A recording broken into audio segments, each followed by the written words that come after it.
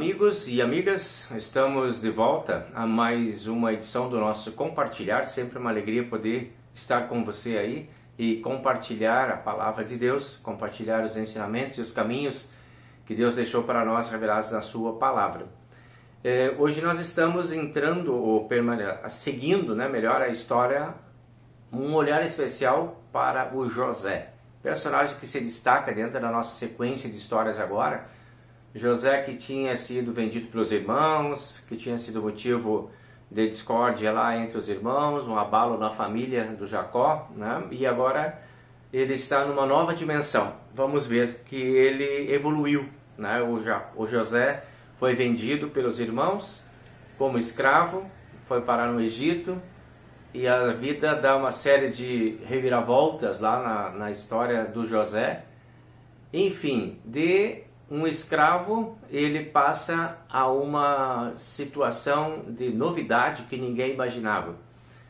Ele foi, digamos assim, abençoado, pela fidelidade dele, pela honestidade dele, pela perseverança dele em permanecer fiel aos seus princípios e aos seus valores. A gente viu que ele passou por algumas provações bem difíceis ali, desde que ele saiu de casa, ele foi vendido para os irmãos, logo que ele começou a trabalhar lá na casa do Potifar. Então ele passou por uma série de abalos, Imagina toda essa história, de um irmão sendo vendido pela família e depois lá sendo escravizado, depois sendo injustiçado, pela esposa do Potifar. Então a gente somando assim dá assim um contexto muito complexo para uma pessoa permanecer fiel, permanecer dentro dos seus propósitos de vida. Às vezes, por situações semelhantes a essas, pessoas se veem autorizadas, ou desgostosas, mas autorizadas a desistirem de alguns princípios de moral, de alguns princípios de ética, e entrar no embalo. A coisa está toda perversa e eu vou fazer parte disso também, acabou, desisto dos meus princípios. Mas José não era assim. José, ele tinha personalidade, ele tinha princípios, ele tinha ética, ele tinha moral, ele tinha decência, ele tinha respeito por si mesmo e também por Deus. Tinha um olhar muito atento, de muito respeito e de temor a Deus. E a gente percebe dentro das histórias bíblicas que nós conhecemos que esse elemento de temor a Deus, que é o respeito que a gente precisa ter, ele sempre vem coroado de muitas bênçãos. E a vida de José não vai ser diferente. A gente percebe que, permanecendo fiel a Deus e permanecendo fiel aos seus princípios, José alcança benefícios que talvez se ele tivesse ficado na casa dele, lá com os irmãos, ele não teria alcançado tão rápido. Agora nós encontramos José aqui numa nova página da vida dele, interpretando os sonhos de Faraó, que ninguém conseguia dar significados. Deus deu para ele, o José, poderes especiais, conhecimentos especiais, vocações especiais também. Ao mesmo tempo que ele tinha perseguições e dificuldades de relacionamentos lá com a família, ele era um homem muito abençoado por Deus e Deus deu para ele habilidades especiais. Uma das habilidades era essa habilidade de interpretação de sonhos, que Deus permitia ele revelar para as pessoas.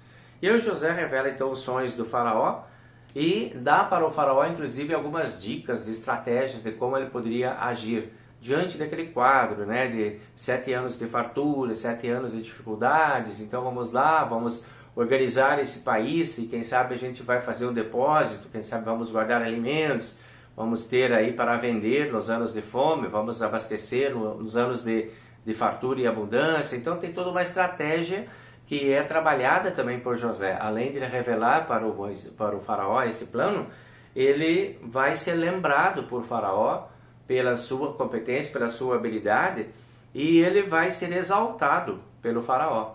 E a exaltação vai chegar ao ponto de levá-lo a ser um governador do Egito, para ser o administrador de todo um projeto, um plano de sobrevivência que destacou o Egito dentro do cenário mundial ali, ou pelo menos daquela região ali, como o grande celeiro, que todos precisavam, dependiam agora desse grande celeiro que tinha se precavido dos anos de fome que viriam pela frente, fazendo os seus estoques. Então José recolhe o trigo e guarda o trigo, né, e os cereais que estavam dando em abundância e faz de Faraó um personagem distinto, né, e há um crescimento junto.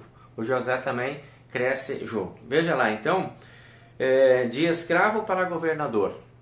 Esse é um trecho que mais ou menos dura uns 13 anos de humilhação e injustiças para agora vir a ascensão e a exaltação. 13 anos não é pouco para a gente pensar, né? O quanto durou o tempo da humilhação, o quanto demorou o tempo em que não se compreendia direito o porquê de tantos sofrimentos, de tantas dores, de tantas decepções, de tantas desilusões, injustiças, né? É um tempo muito longo para a gente permanecer firme, não desistir, né? Dentro desse cenário de fidelidade de Deus para com a gente e de fidelidade nossa para com Deus. 13 anos é um tempo extenso de sofrimento. Não desista quando Deus permite que aconteça algumas coisas na tua vida, ou quando elas vêm. Não podemos dizer que as coisas são mandadas por Deus para a vida da gente, né? Mas às vezes Deus permite chegar algumas coisas para nos firmar em certos princípios, né? E José foi firmado nesses princípios.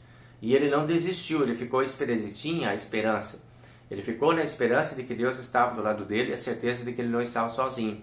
Abandonado pela família, perseguido pelas autoridades ali, tipo Potifar, né, e tal. Mas ele tinha certeza de que Deus estava do lado dele.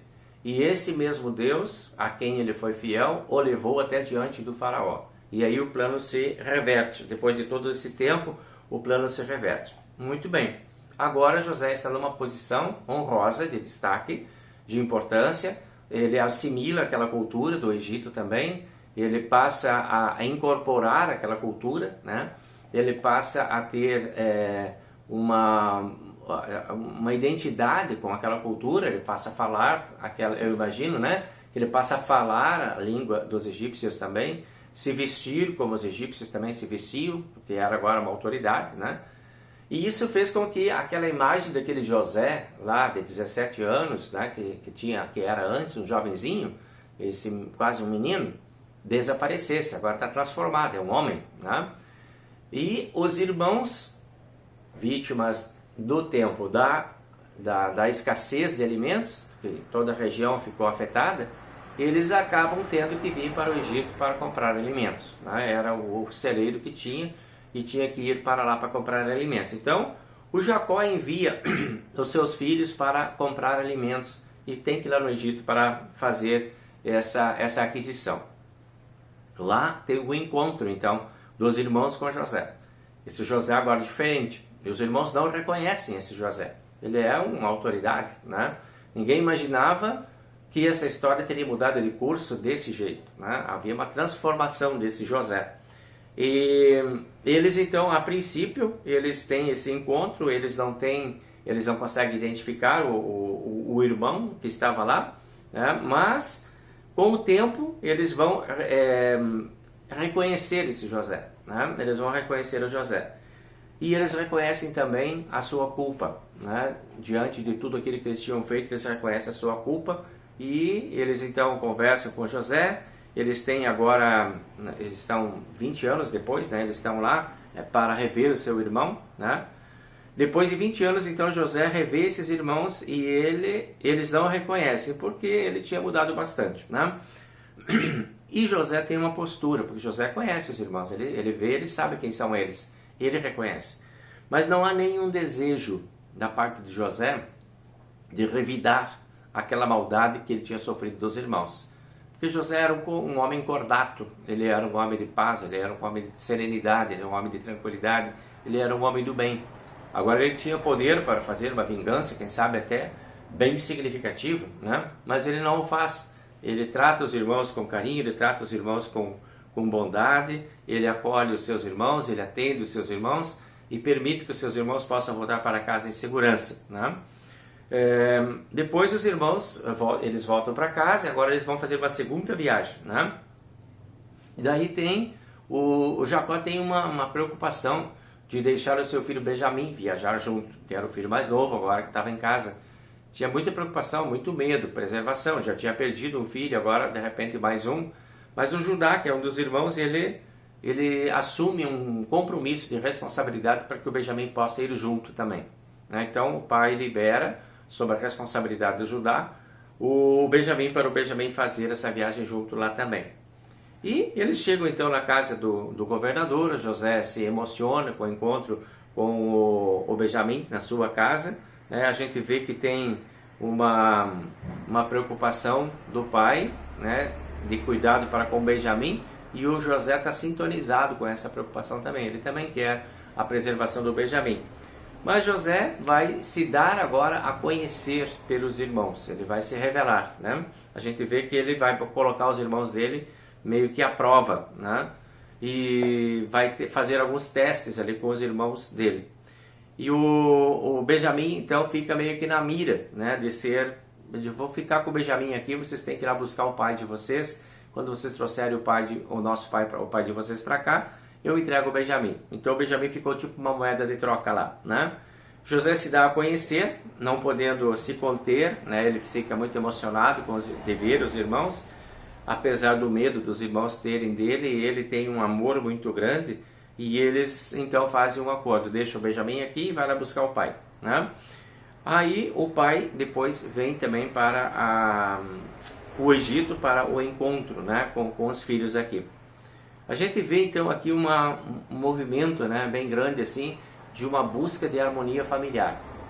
O José, ele tem aquela preocupação de unir a família dele de novo. Ele quer essa união, ele busca isso. Ele quer estar bem com seus irmãos, ele busca o pai dele, ele quer a família completa com ele, porque estavam passando por dificuldade, né? Era um tempo de fome, era um tempo de escassez, era um tempo de privações. Então, não quero isso para minha família. Eu quero que a minha família esteja bem. Eu estou bem, eu quero que minha família esteja bem.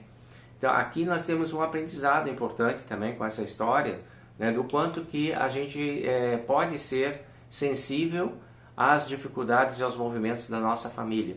O quanto que é importante quando a gente tem esse olhar de cuidado, de afeto e preocupação, mesmo que a gente viva muitas vezes em família. Isso é muito comum, os desafetos, né? É muito comum.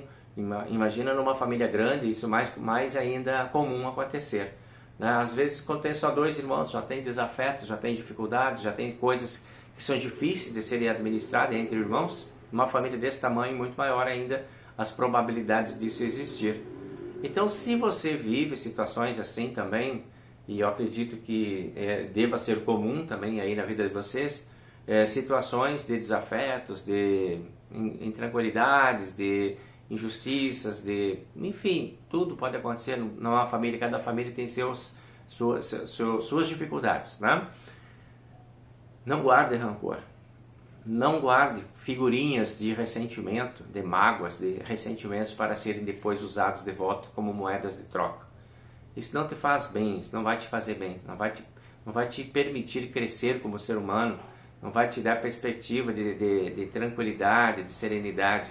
Você vai ser muito mais feliz se você for uma pessoa serena, se você for uma pessoa do bem.